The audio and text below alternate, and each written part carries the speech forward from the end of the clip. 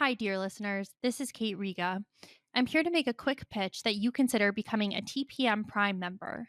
TPM has used the member model for over a decade now, and our loyal members are the only reason we've been able to weather the turbulence of the media landscape and avoid the fate that has befallen so many other independent outlets.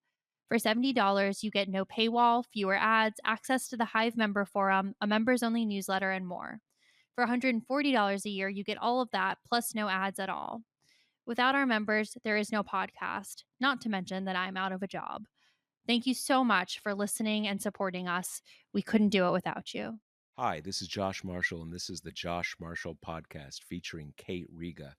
We have a hodgepodge of different topics we're going to talk about today, but each pretty important in themselves. We don't have one overriding, driving story. I was doing some reporting of my own over the last couple days, trying to get a handle on the latest going on in biomedical research and why all these grants are being cut off at NIH and why they're being cut, why NIH is ceasing to pay money even though they're not ending the grants. And one of the difficulties about that story is they are breaking things on so many different fronts that it's hard to know which which breaking agent is breaking what, right? And in a sense, I think that is kind of where we are in the Trump administration writ large. We had everything that happened over the first month with Doge and uh, you know turning the Department of Justice into Trump's personal law firm. Then we sort of shifted gears to tariffs, and that got underway. And those both of those things are still underway. And I think where we are right now is they're all underway. And it's clear that Trump is losing steam on various fronts. He's falling in the polls. He's clearly starting to get more resistance from the federal judiciary, and not just from Biden or Obama judges. He's some of the most high profile rejections over the last couple weeks have been from Trump appointee judges, and those are the ones that have more of an exclamation point behind them. Because when you see that, you're like, I'm not so sure that Supreme Court's going to help him here. Because in many cases, these are judges that are, more right wing than not just the overall Supreme Court, but even the conservatives on the Supreme Court. So all these things are happening, and we are kind of just in the midst of this huge battle that we don't know the outcome of. And in a way, all of the things we're going to talk about today come into that category in one way or another. I just wanted to remind everybody, if you have tickets to our event next week, we're 1 week out, May 14th, our live edition of the podcast in Chicago. We can't wait to see you. We're looking forward to it. It's not just going to be Kate and I and our producer Jackie. We're bringing out a bunch of the TPM team, even people who are not directly involved, doing logistics when we do a podcast live like this. So it's going to be a lot of fun. We're really looking forward to seeing you, and we'll see you in a week. So we're going to start off with something that has gotten uh, a bit of attention. Might have gotten even more attention if there were, if not for all the destruction and chaos going on in the U.S. government. But it has to do with abortion policy, and Kate has a piece up on it, and it's not exactly what you'd expect. We're going to get into some of the, how odd is this? Is it what's the significance? So, Kate, uh, what is this latest development? So, listeners will remember this big mifepristone case that last term was kind of the biggest threat to abortion rights. And you had these anti abortion doctors making all these arguments that the loosened restrictions around getting the drug was, sending women to the emergency room in busloads and taking them away from their other patients and all this kind of stuff.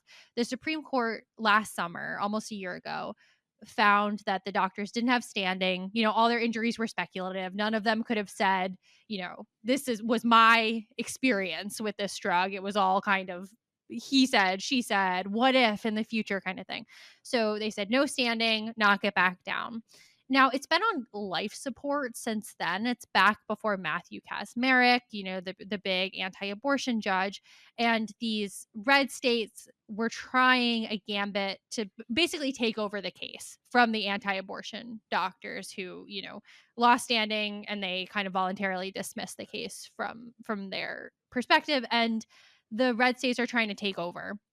Now, that creates a pretty obvious jurisdictional issue, which is while this group of anti abortion doctors had, you know, founded this kind of brand new astroturfed organization in Amarillo, Texas to justify going to this court, none of the states are Texas, right? It's just a random group of red states trying to think of some pretense to stay in this court because it's obviously a friendly one.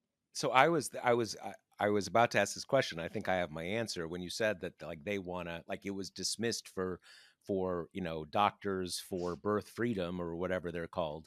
Um, Normally, I think of that's the end of the case. You can't Right. someone else can't come in and say, "Oh, I'm going to take over your case." But I guess this is why because And the they want to Reds hold it there. Yeah, and they had intervened before the dismissal as kind of like on the same side of the doctor. So they were trying to throw all the spaghetti at the wall to kind of keep the case going. So now the Trump administration has taken over for the Biden DOJ in this case. And what you would have expected is them to, switch sides, join the red states here. But what they did is basically hew very close to what the Biden administration had been saying, arguing, this should be dismissed. It's obviously a jurisdictional issue, and they didn't say this in the brief, but the truth of it is this case is dead as soon as it gets to any more serious judge than Kacsmaryk, because you can't bring a case in a courtroom that has no geographic connection to it, right? That's just not how it works.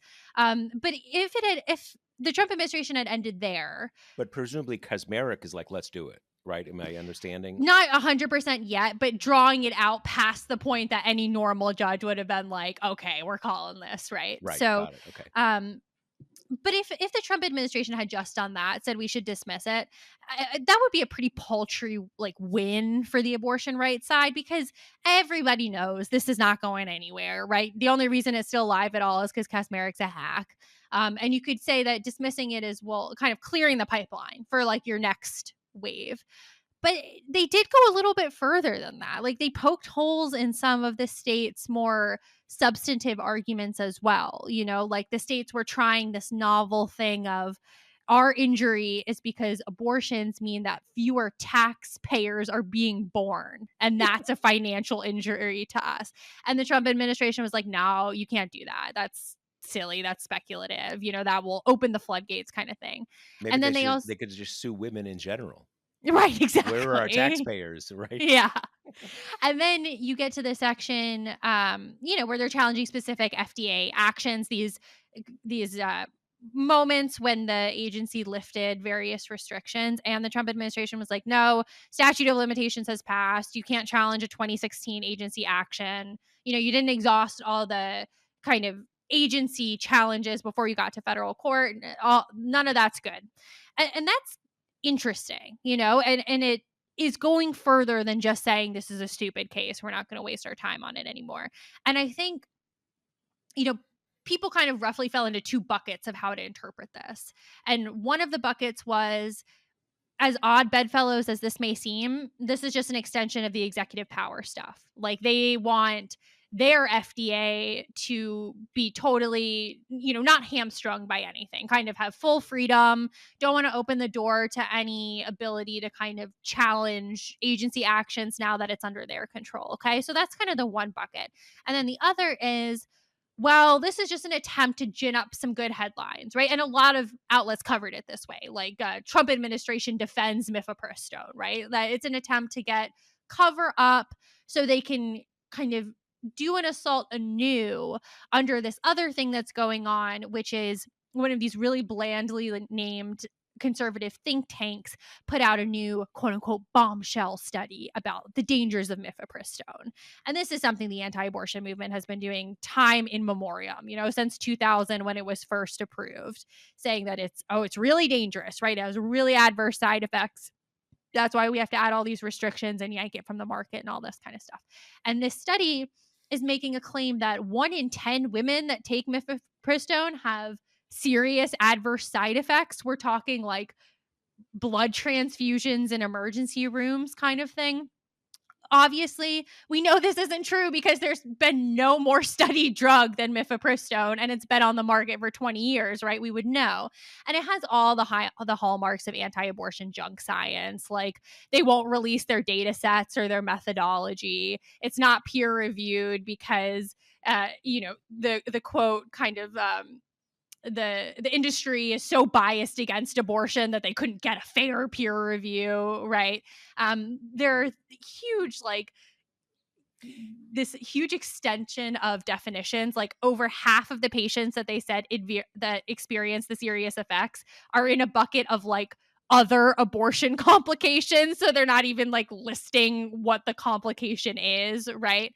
But this study comes out and anti-abortion groups going nuts, anti-abortion politicians going nuts, right? Like, Josh Hawley wrote an op-ed in the Federalist about, like, finally there's proof the government's been hiding this from you the whole time. And he wrote a letter to the FDA commissioner saying, it's time to crack down on mifepristone. And kind of, he specifically is targeting the telehealth prescription, getting it in the mail system, because anti-abortion people have kind of,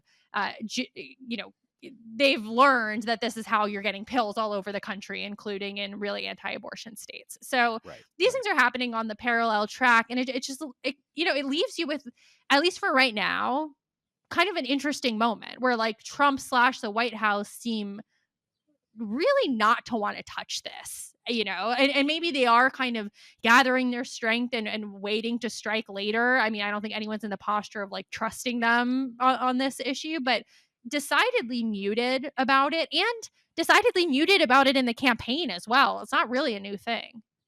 About muted about this study, quote unquote. Yeah, I mean, the whole thing. Yeah, the Yeah, study, I mean, not picking up on the study, but also just it's not been part of the menu in these first 100 days really at all. that's true. It has not.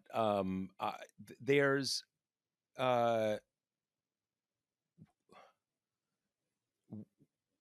this study. Is it structured like the kind of study that would be peer reviewed? Because normally, we you don't. Uh, there are certain areas of public policy where something from a think tank might get some attention.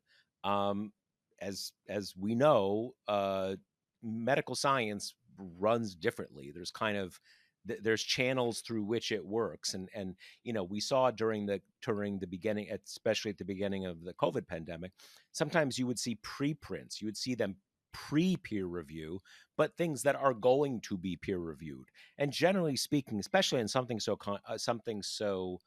politicized, you just don't. If you're not in that bucket, just no one takes it seriously. And it sounds, uh, well, I guess back to my basic question: is this structured like? Have they kind of written it up like a real study? How's it? Yeah, I mean, some experts are also balking at it be called a study at all. They want to call it a paper because, I mean, it's what you're saying. You just don't, especially on a topic like this, you don't put out a study that you expect to have any respect if it can't even pass muster with other scientists. I mean, and this is extremely true with mifepristone, right? Which, if you did a legitimate study and found out that mifepristone was really dangerous, that would be a huge deal. And you would probably like really doubt yourself, right? And have like a lot of checks and balances kind of thing. But no, this is not being marketed as like a preliminary draft paper, to be peer reviewed. The Right. stance of this think tank is, we aren't even going to bother getting it peer reviewed because we know what the other people are going to say, right? So And it also it does weird things like the pool of people. It keeps marketing this as like the biggest study on mifepristone ever done, but the pool of people is weird. Like they're only using people who got abortions through insurance, which is like really rare and not how most people get abortions. There's just you can, even as kind of a layperson, if you are well versed in how these junk studies usually go, from like the Charlotte Lozier Institute and these anti-abortion kind of astroturf pseudoscience operations that were had to be stood up because all the science is on the side of abortion rights. So they had to kind of make these fake institutions on the other side. Right. But the stuff like they're counting emergency room visits as adverse side effects, and scientists have kind of known for a while that you need to separate out emergency room visits from treatment because when you take usually mifepristone and misoprostol, there's often heavy bleeding, and sometimes women just get freaked out and aren't sure if it's like heavier than it should, so you Right. go and the Right. Right. doctor's like, no, you're fine, kind of thing. So that it's splattered all over it. We've seen this song and dance 100 times, right? It's either these junk studies or it's like a Project Veritas style, infiltrated a Planned Parenthood and someone said something stupid, or that we could Right. edit in a way to make it sound really evil. And that is like, sparks the new kind of wave. Right. Right. Right. Well, I guess in this case, I mean, you have uh under a, to what end? And obviously, you now have a Republican administration that certainly has a lot of like very anti-abortion people in it. You have an anti-abortion, or it's hard to say, with the FDA, who's a lot of these people are probably they don't couldn't care less about abortion, who are in a lot of these NIH, CDC kind of FDA, even USDA kind of positions.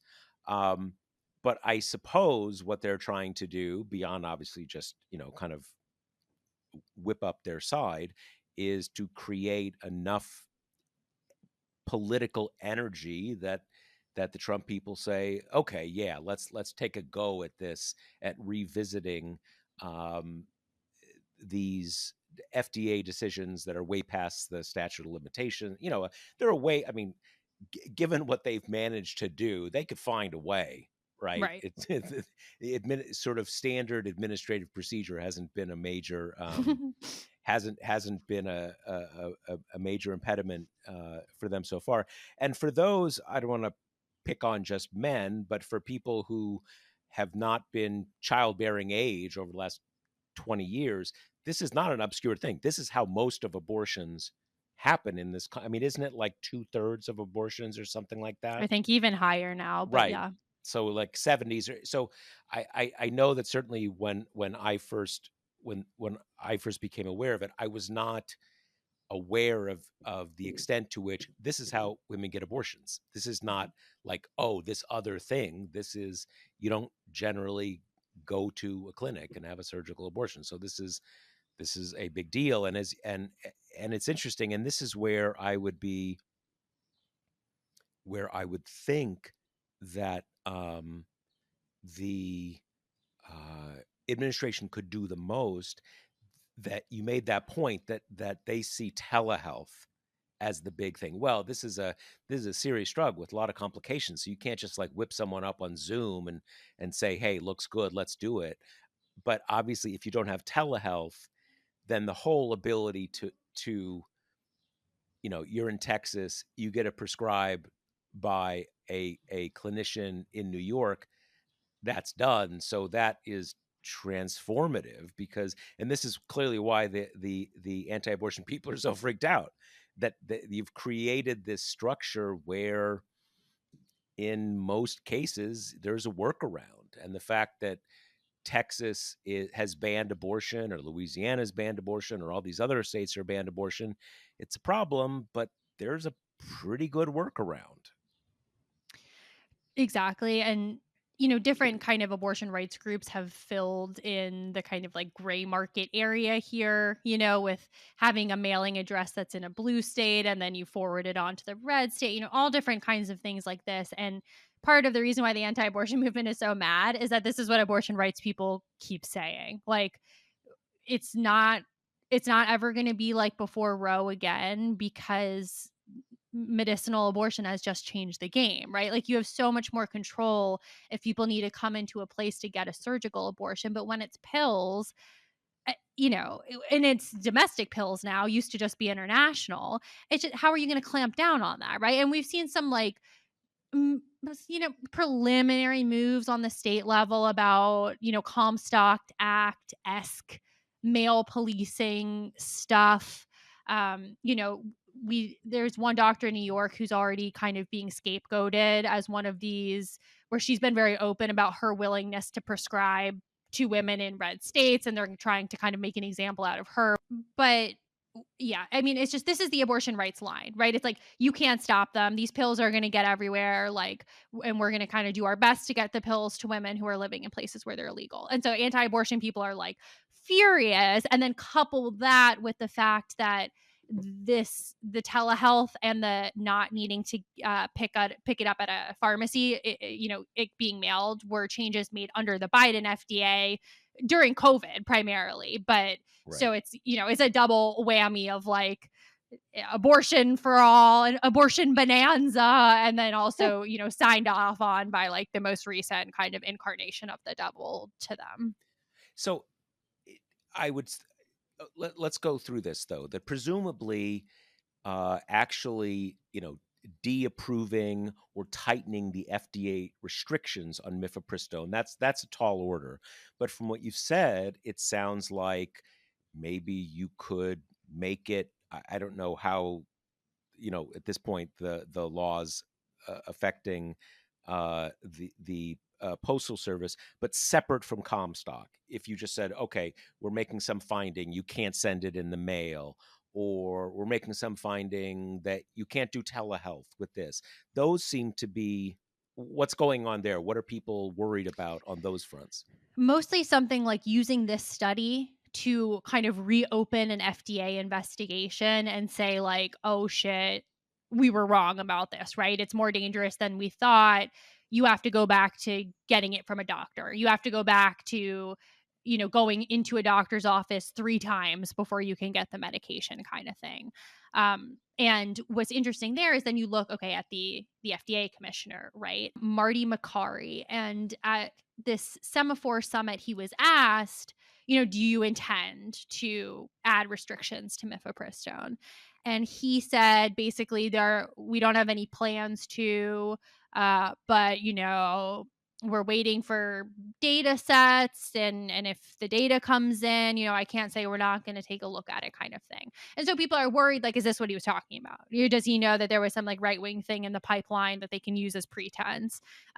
Even though it's the first part of that quote, that we don't have any plans to restrict mifepristone, that like set the internet on fire, because the whole right wing media was just so angry about it, right? And like, I think for a lot of them, of the anti-abortion movement, Dobbs is starting to feel a little bit long in the background, right? It's like, what have you done for me lately? It's, Yeah, since yeah, Dobbs, I mean, Trump in particular, who we know has always been kind of interesting on abortion, just in terms of the politics of it all, because it's such one of those issues that, he personally could not give less of a fuck, and then also realizes how potent it is, so he can't just really be himself on the issue. But I mean, right. all through the 24 campaign, like, he didn't want to talk about it, and when he did, it was very, we have a good Supreme Court and they made the right decision, which is to leave it to the states. And that's where I want to leave it now. Like, that was really kind of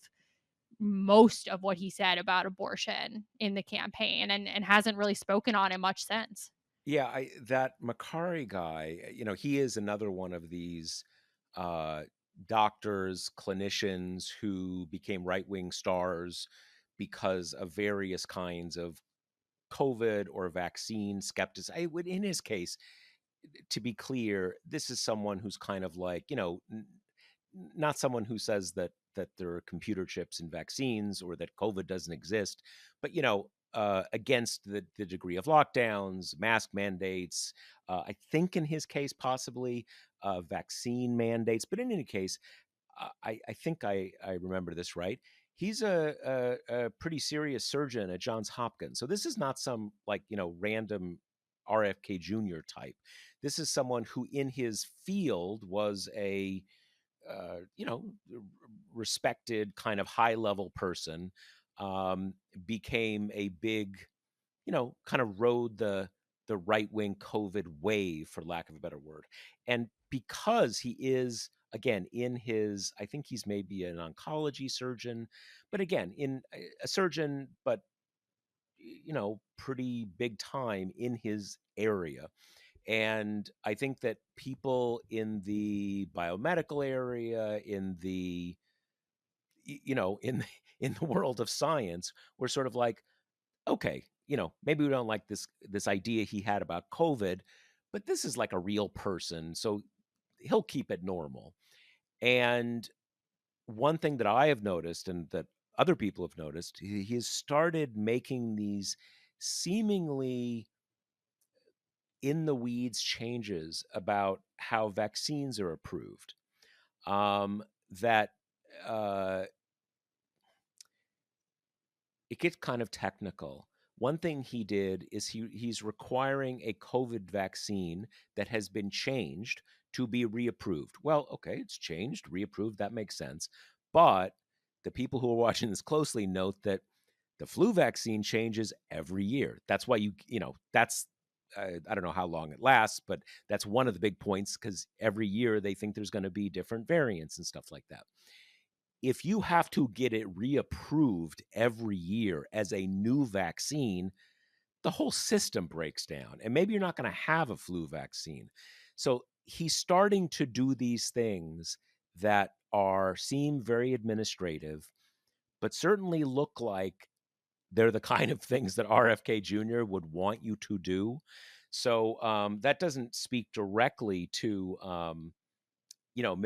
mifepristone, but I would imagine that the pro-abortion rights people, that those are the kind of things they're worried about, kind of administrative things that seem very in the weeds, and suddenly, oh, guess we can't use it anymore because of some administrative thing or new approval that's needed. Too bad.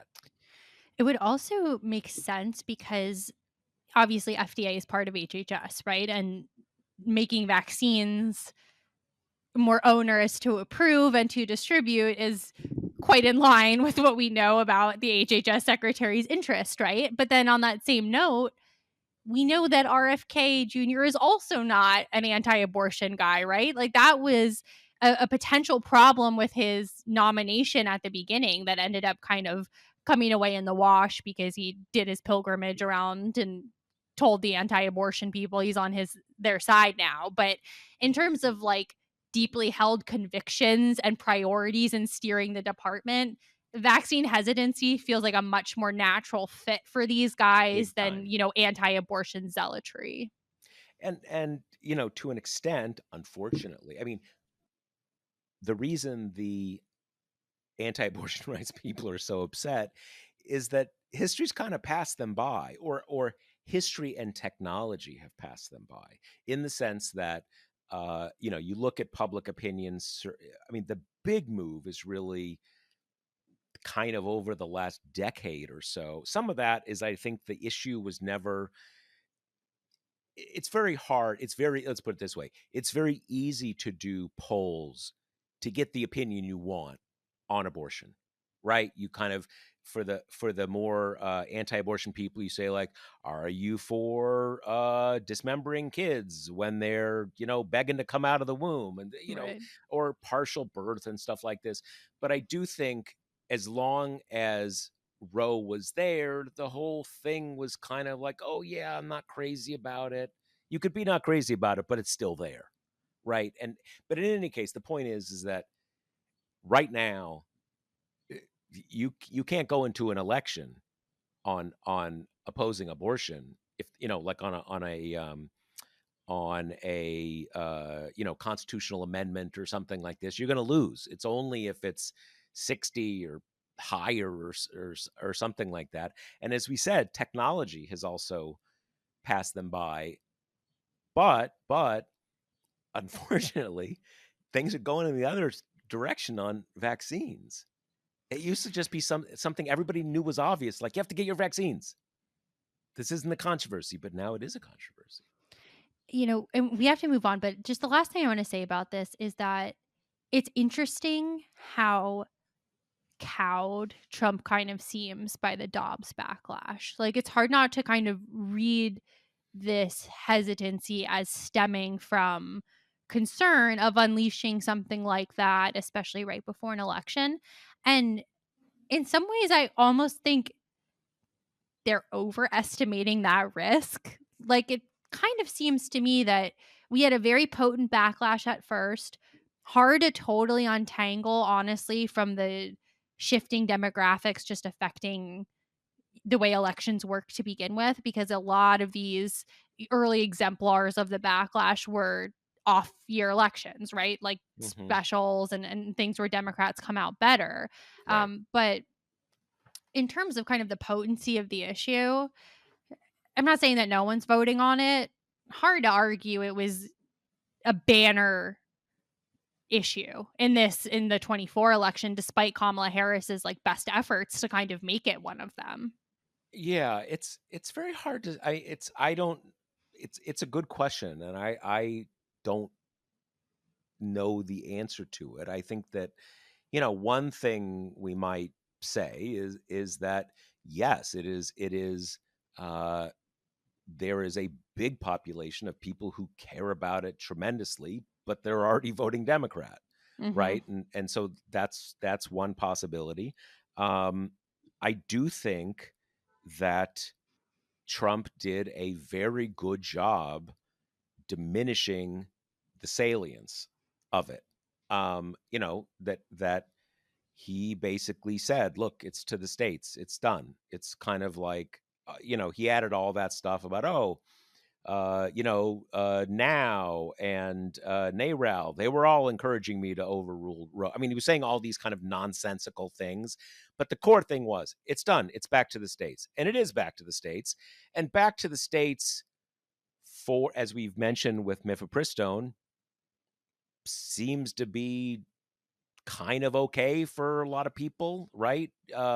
Not saying it's perfect, but we may underestimate the fact that he really did kind of just decrease the salience of it, and to the degree that that's true, he doesn't want to increase it, right? I mean, so it is hard to say. I don't know. My best guess is that you've got, does Stephen Miller care about this? Of course not, right? And Trump doesn't, and I assume they're kind of saying, we did our part. We're not doing a Hail Mary for you on mifepristone. Like, maybe after the midterms, maybe. That's my best guess. Okay, so let's quickly talk about on the Alien Enemies Act. We've been tracking at TPM all these various strands of the litigation, but we finally got the first ruling last week that got to the merits of it. E.g., can Trump use the Alien Enemies Act against the quote unquote, invading force that is this Venezuelan gang? Because even though there's been so much litigation up till this point, it's basically all been in an emergency posture in terms of the administration trying to ship out the detainees and the lawyers trying to stop them from being shipped out. So that's really what it's all centered on. And then last week, we had a federal judge, a Trump appointee, interestingly enough, saying this is just way beyond the scope of the law. Like the law is clearly talking about, a different country invading the United States. And you don't get to kind of twist that into, well, people are here illegally and that's an invasion and they're a threat to the United States, right? It's not the same thing. And then we got another ruling yesterday in a similar vein, saying, this isn't the proper use of this law. And also, you have to give more due process than this to not infringe on these people's constitutional rights. So now that we've gotten to the substantive piece of the litigation, the losses are starting to rack up, which is not a huge surprise because I think most people kind of took this invocation of the law as novel, right? Like somewhat creative almost. A resurrection of a law not used since World War II and like very closely associated with Japanese internment to try to, get rid of immigrants even faster than you can already get rid of them. That's interesting because you know that the meat of this, the merits piece, is going to get to the Supreme Court at some point. And kind of like you said in the intro, I mean, it's not like you ever wanna take the Supreme Court, being rational, like, to the bank by any means, but there hasn't been a willingness of even lower Trumpy judges to be like, "Yep, that sounds good, boss. Let's, move this right along." Yeah, it's I'm still a little uncertain what to make of those decisions, but I think, and there's one reader who I correspond with some, and she and I have talked about this issue, that and this is very tied up with the ascendancy of the conservative legal movement in this country, but you have seen it so on display under Trump. In a sense, this opening has been has been created over time, almost for finally a Trump to exist, to just drive a freight train through it. And that is that it is simply okay for the president to use laws with facially absurd interpretations of those laws. I think we see another case of it, although we haven't seen any rulings, in the whole basis of these tariffs, right? I mean, there's a few laws where you can do sort of emergency tariffs. They did it under one that doesn't even allow tariffs, although you can sort of say, well, tariffs are one of the things that you might need to use in an emergency. But the emergencies are like, a bucket worth of fentanyl from Canada, the fact that we have trade deficit. I mean, these are not emergencies. I guess, some of the issues with these laws over the last few decades is they are kind of open ended. The Alien Enemies Act is not open ended. It's talking about an invasion. So much of what has happened right over the last 3 months, they're all based on, okay, we're going to get a dictionary, we are going to find theoretical meanings of different words, and we're just going to kind of make up a new thing. Yet another example of this, I had this idea, the whole Schedule F thing that they talk about a lot, where they're going to remake civil servants into at will, uh, no protections. They're like political appointees; they can be fired at will. And I had heard it described to me like this was just this kind of ingenious lawyering, kind of no one had ever thought of this before. And then I talked to a number of readers who are, specialize in federal employment law, and there's nothing ingenious about it. They're just doing, again, the equivalent of saying this Venezuelan gang is actually Venezuela's army, and they have invaded America. Again, facially absurd readings of established statutes. And with the Schedule F stuff, I was always wondering about it. The whole civil service law has held up for a long time. It's not some New Deal era thing. It's one of these kind of rare parts of the modern American state that go way back, a decent ways into the 19th century. And the whole point of it is that the president can't fire you. So how is it possible that there was always this kind of simple way he could just sort of say, "Okay, now I can fire you," and you could? How can that be? Well, it can't be. It can only be if you have judges who are willing to say, "Okay, yeah, let's go. Cool. We'll go along with it." And so I do wonder whether we might be seeing, not just in this case with the Alien Enemies Act,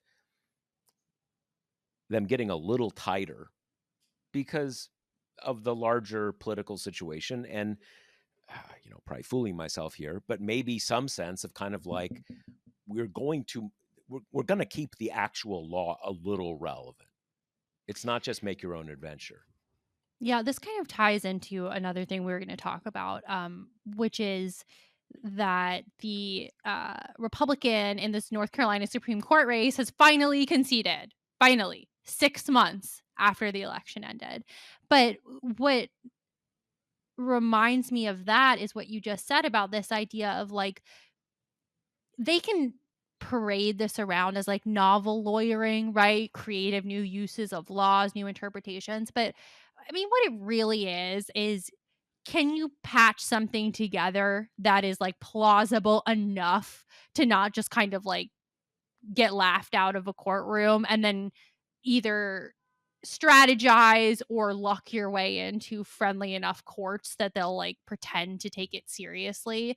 I mean, that's what happened in this North Carolina uh, you know, debacle on both the state and the federal levels. Like this was bouncing around for a while, but I mean, for readers who are a little unfamiliar with the details here, basically the Republican, a judge, loses by like 750 votes, something right around there. There are two recounts, both of which are like, yep, it continues to be right around 750 votes, right?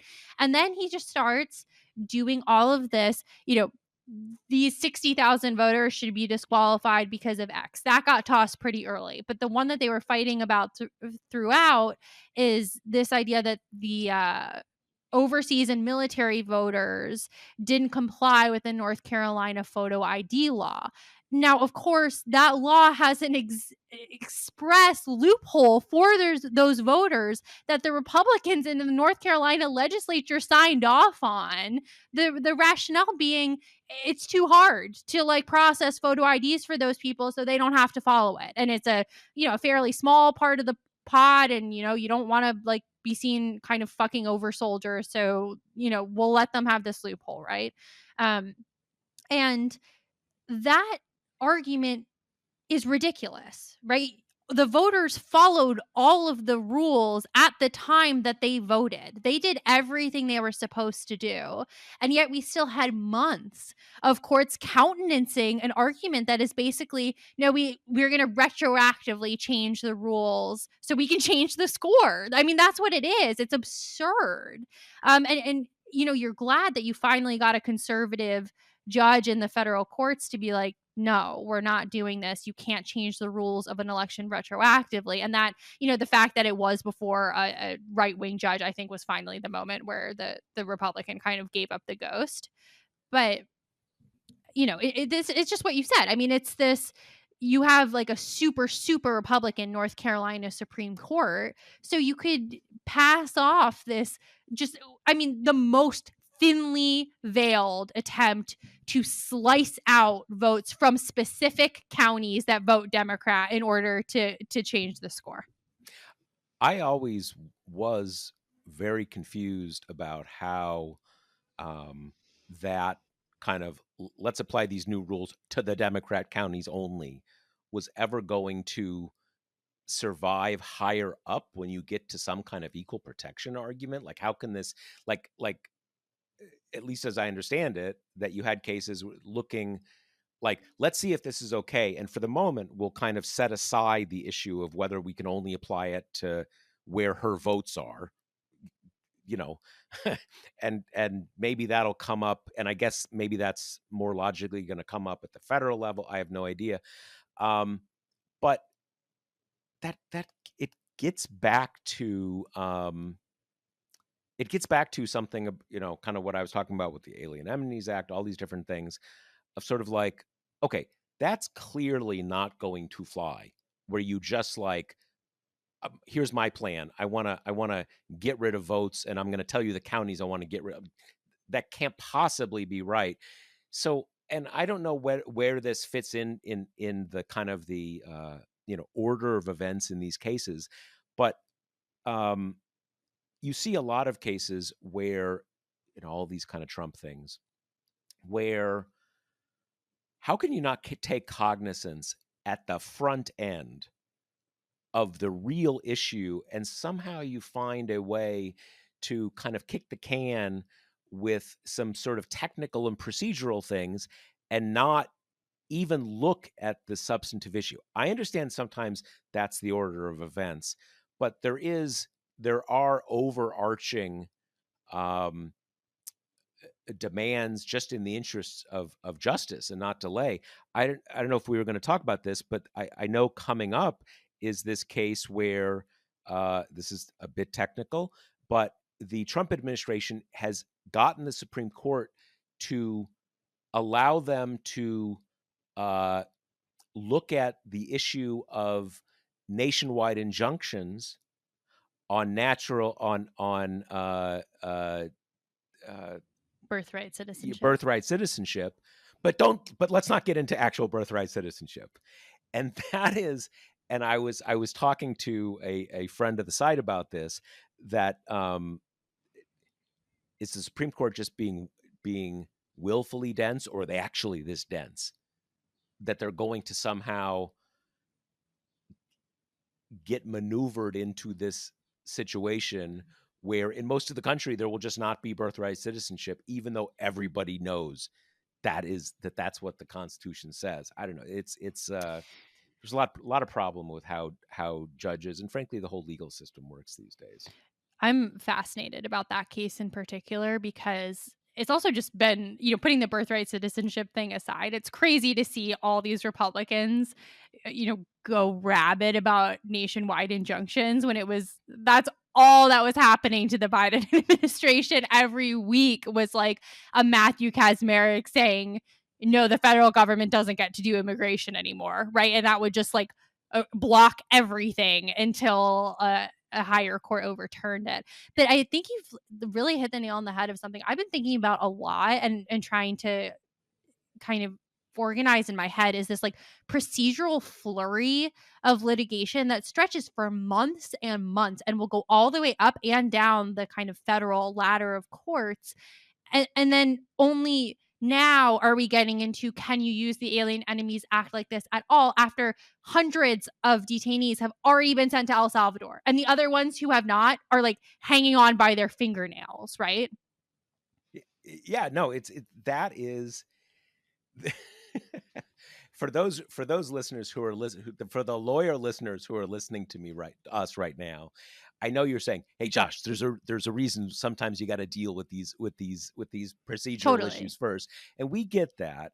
But again, there's something a little off when what Kate described can happen. And in the case of, look, there is a reason why you don't want any random federal trial judge to be able to kind of take over the country on one specific area.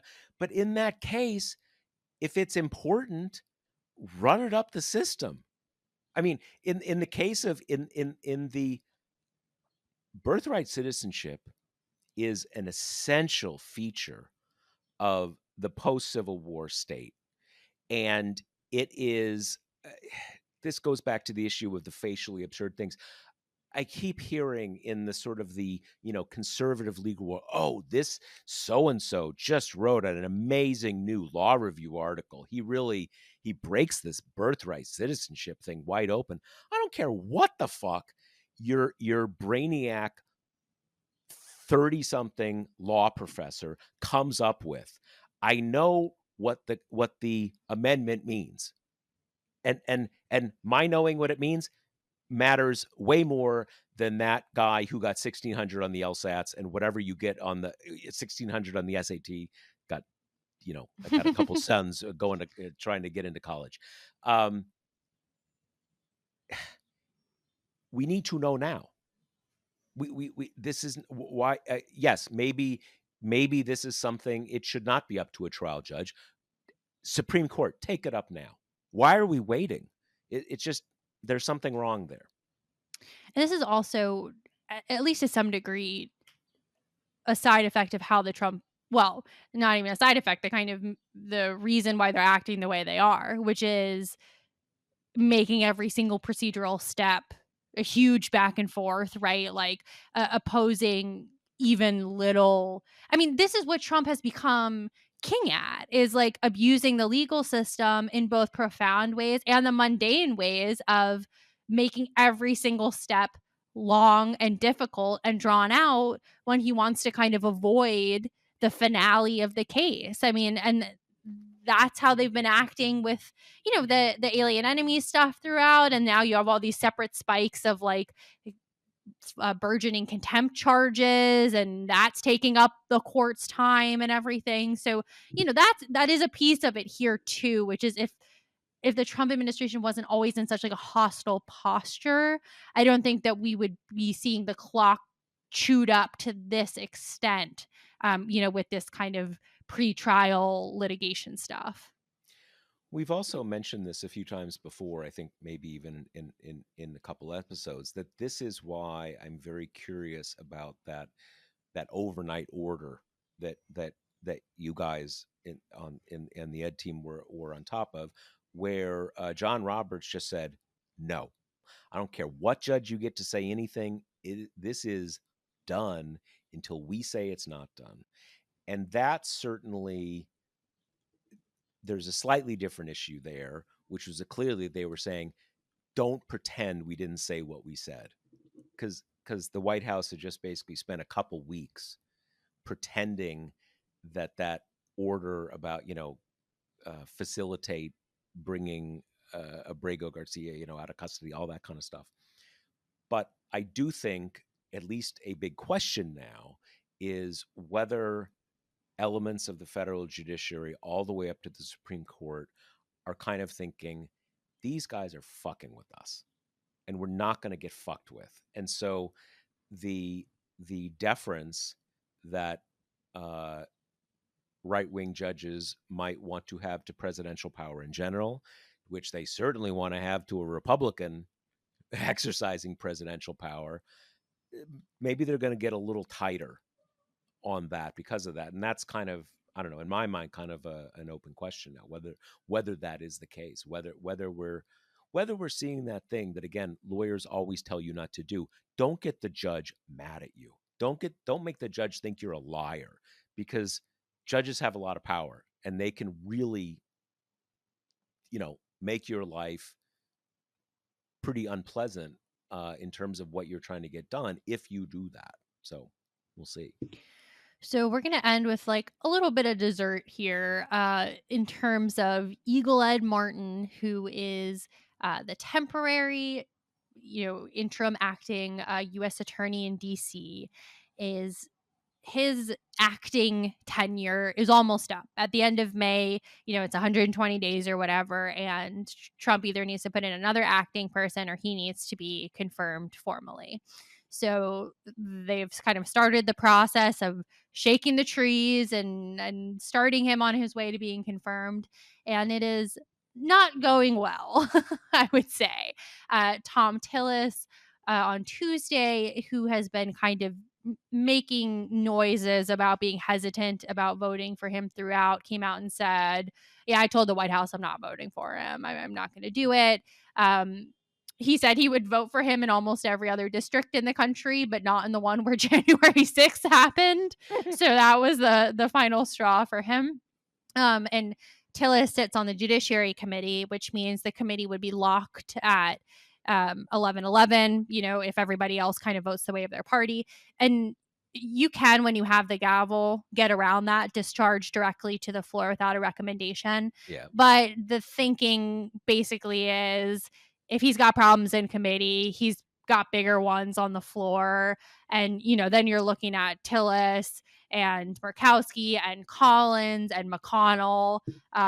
So we're not at the point where I would say the white flag has been totally waved, but Josh Hawley was making comments about like, well, the president can convince anyone to do anything, but does he want to push this one? I don't know, kind of maybe we shuffle this guy along, and for people who maybe are not totally familiar with Ed Martin, I mean, he's totally unqualified for this position. He's never taken a case to trial. He's like a right-wing gadfly judge, a right-wing gadfly lawyer who kind of brings these like super partisan-y cases.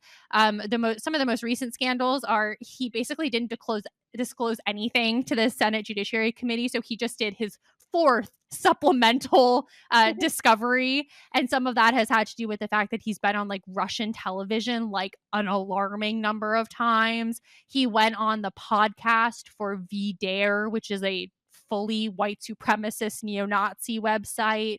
A lot of neo-Nazi stuff in there. He's obviously was one of the biggest proponents of the kind of mass pardons for the January 6thers. And then he's got a long paper trail of just somewhat more like mundane malpractice, like paying people to make Facebook comments during a case of his. I just, he's got a lot of like, he's been ethically slapped on the wrist type stuff before. So, I mean, that's who they're trying to get. And he's a look at me guy, right? Like he's trying to use this position to launch himself into the highest echelon of the MAGA celebrity world. And that's looked like, him trying to use DC as like a punching bag in various ways. The most recent thing that had people here freaked out is he sent a letter to one of the medicinal cannabis dispensary saying, like, DC is so weird because we're under home rule and nothing works the way it does everywhere else. So, it's the tension of every state that has legalized weed, right? Which is like, it's technically still legal on the federal level. Like, that is a conflict, but the arrangement has mostly been that the federal system is kind of like, Let it pass. nah, blind eye. We're Yeah. not going to kind of pick a fight over this. And in his letter, he basically said, like, it's still legal on the federal level, kind of like making noises that he's going to come after these, like, fully licensed medical dispensary kind of things. But that's just, he's done that throughout. It's like every place he can, like, kind of get his hooks in and, like, stir up something controversial. Read DC, he's been doing it. Well, and he's also like he sent the letter to Chuck Schumer about, oh, this one time you said we're going to take Trump down. Did you mean Right. you're going to shoot him? Like, and he's, I can't even think of all that. I mean, he seems to have spent most of his time, uh, sending these letters to various people, to a company, to a this, Hmm. and, making these sort of like maximal, totally inappropriate, um, crazy things, and yet he can kind of do it because there's no obvious way you sort of go into a court and say he sent me a letter, how dare I mean, so he kind of has a free reign because everyone know he's just, I'm not even sure he's Trump's puppet. He's, as you said, he's trying to kind of set up a lifetime career as a MAGA superstar, which he had already halfway done as the sort of the lawyer of record for all the January 6th guys. And there's other things like, there's that one, Corey Mills, that one congressman who, like, I don't know, maybe beat up his girlfriend who he's married, and but they kind of decided to let it pass. And he he's done every, I mean, I kind of, you do get the sense that there's maybe more than a few Republicans who are kind of like, you've had your fun, it's been great, we've all had a great time, but nothing lasts forever, Ed. Yeah, I mean, I think you get the sense that I think people find him annoying, right? Which is one thing. I mean, he's clearly so like all about me, gunning for bigger and better things. Yeah. There is, I mean, his reputation is that he bungles cases, that he can't close cases, right? Like he's just not very good at the job. So I think the risk of him jumping headfirst into something that would be really controversial and attract a ton of attention and then totally fucking it up is like fairly high. Um, and there's a lot of Nazi stuff. Like, and I know it's the Trump administration, and we've got a much a higher threshold for that than before, or lower threshold for that than before. But It's a lot. going on the podcast of like the neo-Nazi website is not like great. So that's where we are right now. It seems to be pretty life supporty, which I mean really would be one of the first high profile roles. I mean, since Gates, really. Yeah, I do. It is, there's it's not that there's like Senate Republican resistance, but there's Hmm. kind of, you sort of hit out of the gates. We're going to give you even the crazy gates, the other sense of the word, hit out of the gates. But I would assume that there are a lot of Senate Republicans saying, like, hey, we gave you Hegseth and we gave you Kennedy, and they're both like fucking idiots. But like, those are departments, that's who you wanted, and we did it. This is just bullshit. We don't don't make us die on this hill. This is like too stupid. And who cares, Right. right? There's no, okay, fine. You're going to send Chuck Schumer a letter, and you're going to send the dispensary a letter, but like, what are we getting out of this? Like nothing. Basically, he's not doing anything that they care about. Yeah. I mean, and look, I know they don't care about this piece of it at all, but like this role in DC has pretty serious law enforcement powers and responsibilities, due to the odd structure of like being a district. And again, I know they don't care about this, but this is a role that you need kind of a serious person in, or at least somebody who has any kind of experience. And I think what you said is totally right. Like, I don't think they'd have any problem voting for this guy if it just went to the floor and it was like a humdrum kind of. They got Alina Habba is a U.S. attorney in uh New New Jersey Jersey, now. yeah. Like, and that's not by any means like a serious person, but she's not like this degree of stained, right? And like she went right through. Well, and also I think that it often in these cases, you have someone like that. They get in, they have a good deputy, and there's probably some shady stuff going on in the background, but everything seems kind of normal. A lot of things go on autopilot. She'll always be a former U.S. attorney. That's a big thing. Kind of everybody's happy. And I kind of wondered at first whether he would do that, because if he did, then he'd probably get approved. But he hasn't done that. He's doing, almost a, Laura Loomer level sort of MAGA performance art kind of thing. So it doesn't look like obviously there's going to be less scrutiny in what, the Northern District of New Jersey, or is there one district in New Jersey, Just two one district, district. one district. Obviously, there's going to be somewhat less scrutiny, but it's basically metropolitan New York, so there's scrutiny. You're not hearing anything crazy about her. I'm sure there's bad stuff happening, but they're going through the motions, and he didn't. And this is kind of the, you know, you can't get, Laura Loomer is always going to be interim. Let's put it that way.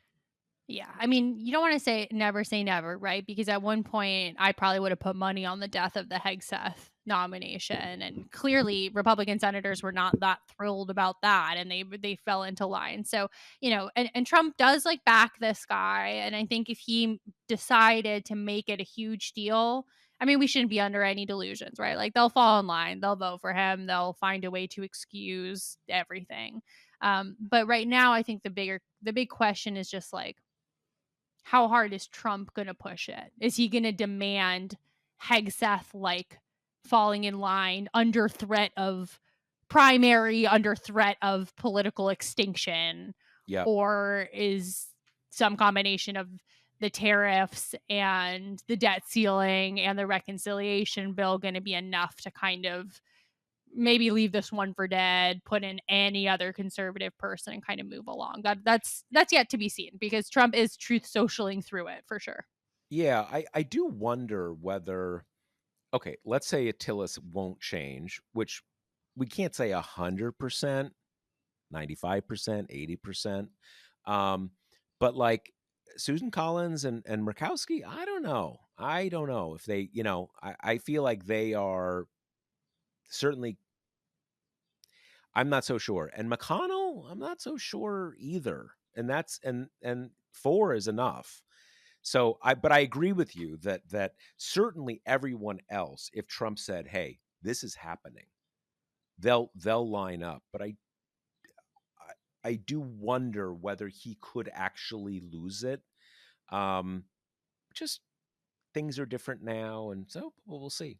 We'll see. It'd be But funny because if he did lose in this scenario, it would 100% be because of the January 6th stuff and not the like Nazi white supremacist stuff. Like if these four voted against it, it's because they felt the taste of their mortality on January 6th and haven't as readily forgotten it as everybody else.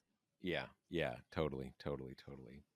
Which whatever, Okay. take what you can get, but Yes, take what you can get, indeed. All right, so we managed to bring in those other parts of the smorgasbord topic.